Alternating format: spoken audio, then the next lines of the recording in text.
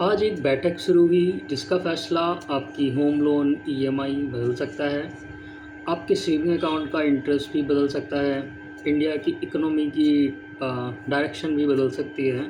RBI reserve bank of India आज 6 अप्रैल से 8 अप्रैल तक एमपीसी मीटिंग हो रही है। एमपीसी यानी मॉनेटरी पॉलिसी कमेटी। 6 लोग, 3 दिन, एक फैसला जो करोड़ों इंडियंस की जेब को डायरेक्टली अफेक्ट कर सकता है। डिसीज़न 8 अप्रैल को लिया जाएगा, लेकिन आज समझते हैं रेपो रेट क्या है, आपकी ईएमआई से कैसे जुड़ा हुआ है, रेट कट मिलेगा या नहीं, ईरान वॉर ने सब कैसे बदल दिया, और सबसे ज़रूरी अगर रेट बढ़ा तो क्या होगा। वीडियो को लाइक करो। अभी अप्रैल 8 को पार्ट 2 आएगी।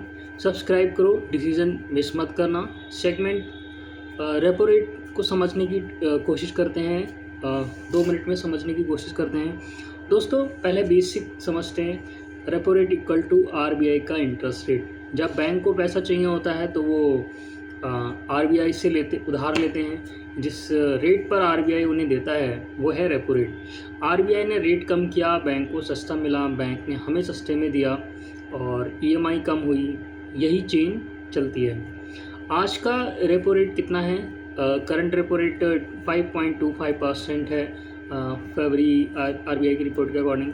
25 में कुल कट्स करीब 125 बेस पॉइंट 6.50% से 5.25% हुआ। वहीं फरवरी 2026 डिसीज़न अगर देखें तो रेट अनचेंज रखा पॉज मोड में।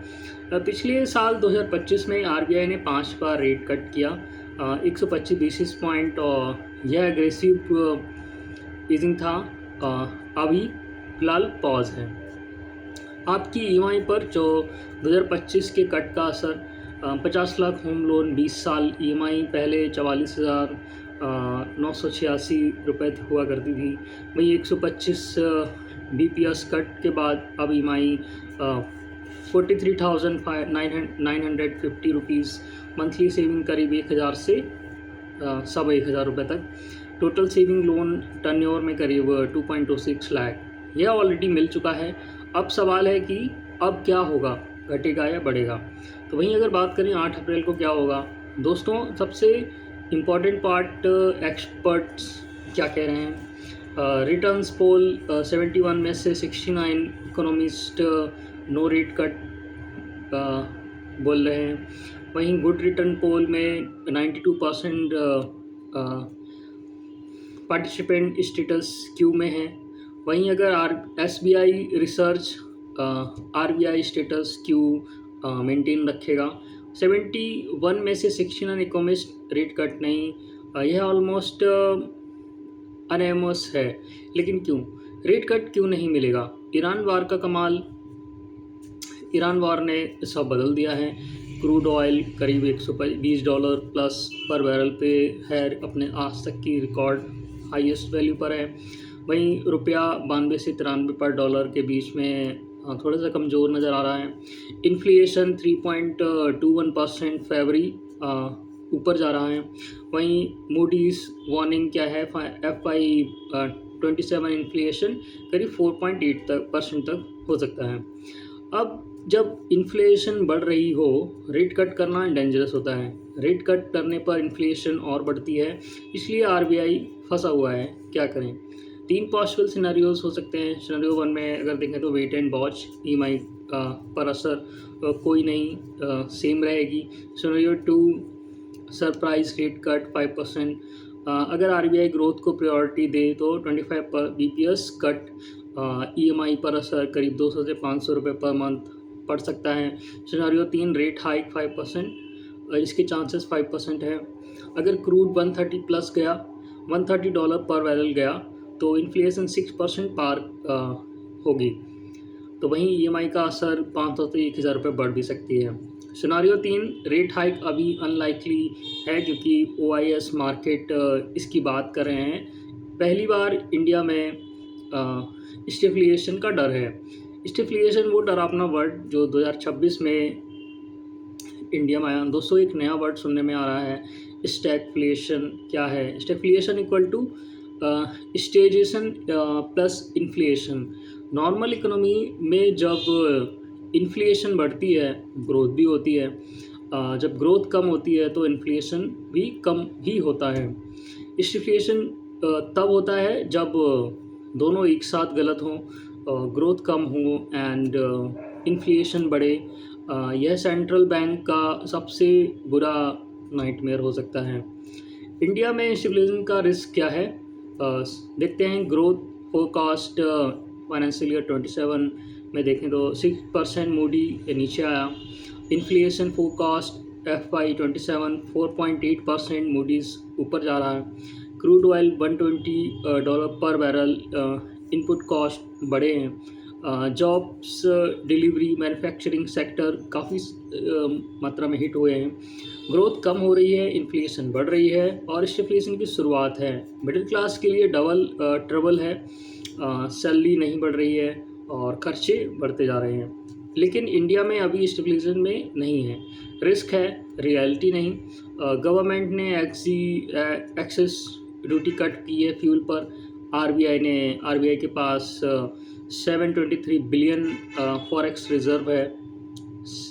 $723 बिलियन फॉरेक्स रिजर्व है। ईरान वार जल्द खत्म हुआ तो सिचुएशन इम्प्रूव होने के चांसेस ज़्यादा हैं। आरबीआई मीटिंग के बीच आपके 5 स्मार्ट मूव क्या हो सकते हैं? दोस्तों आरबीआई डिसीजन 8 अप्रैल को आएगा। उससे पहले आप क्या कर सकते हो? अगर आप होम लोन है, इस समय चेक करो क्या लोन रेपो लिंक्ड है। RLLR या EBLR लिंक्ड लोन का रेट चेंजेस ऑटोमेटिकली ट्रांसमिट होते हैं। MCLR लिंक्ड लोन पर बैंक से स्विच करने की बात करो। फ्लोटिंग रेट लोन वाले अप्रैल 8 के बाद बैंक स्टेटमेंट चेक कर सकते हैं।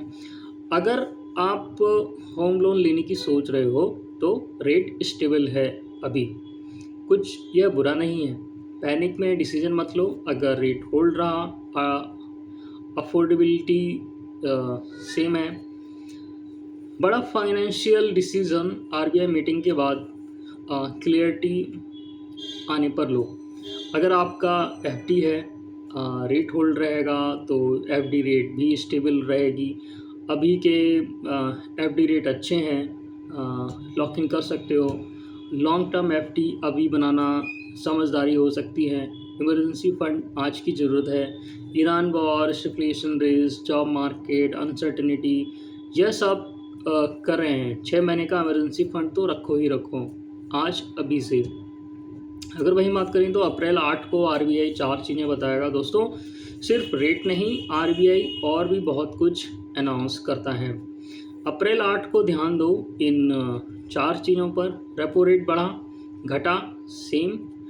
GDP ग्रोथ फोरकास्ट FY27 कितना रिसीव किया। इन्फ्लेशन फोरकास्ट आरबीआई क्या एग्जैक्ट करता है। पॉलिसी स्टैंस न्यूट्रल रहा, हॉकविश हुआ। स्टैंस सबसे इम्पॉर्टेंट है। अगर न्यूट्रल से हॉकिश हुआ, रेट हाइक फ्यूचर में आ सकता है। यह मिडिल क्लास के लिए वार्निंग सिग्नल होगा। वहीं अगर हम 8 अप्रैल को देखें तो पार्ट 2 लाएंगे, आरबीआई डिसीजन एनालिसिस करेंगे। चैनल को सब्सक्राइब करना ना भूलें। आखिरी बात दोस्तों, आज आरबीआई मीटिंग शुरू हुई, अप्रैल 8 को डिसीजन आएगा। यह डिसीजन सिर्फ बैंक और इकोनॉमिस्ट के लिए नहीं है, यह उस हर मिडिल क्लास के लिए है जिसकी EMI हर महीने सैलरी से कटती है, जो घर खरीदने का सपना देख रहा है, जो FD में सेविंग रखता है। लाइक करो अगर यूज़फुल लगा हो। शेयर करो उस दोस्त को जिसका होम लोन चल रहा है या उस जानकार को जिसका होम लोन चल रहा है। सब्सक्राइब करो, पार्ट 2 मिस मत करना। आरबीआई का फैसला आपकी EMI का भविष्य। जय हिंद दोस्तों।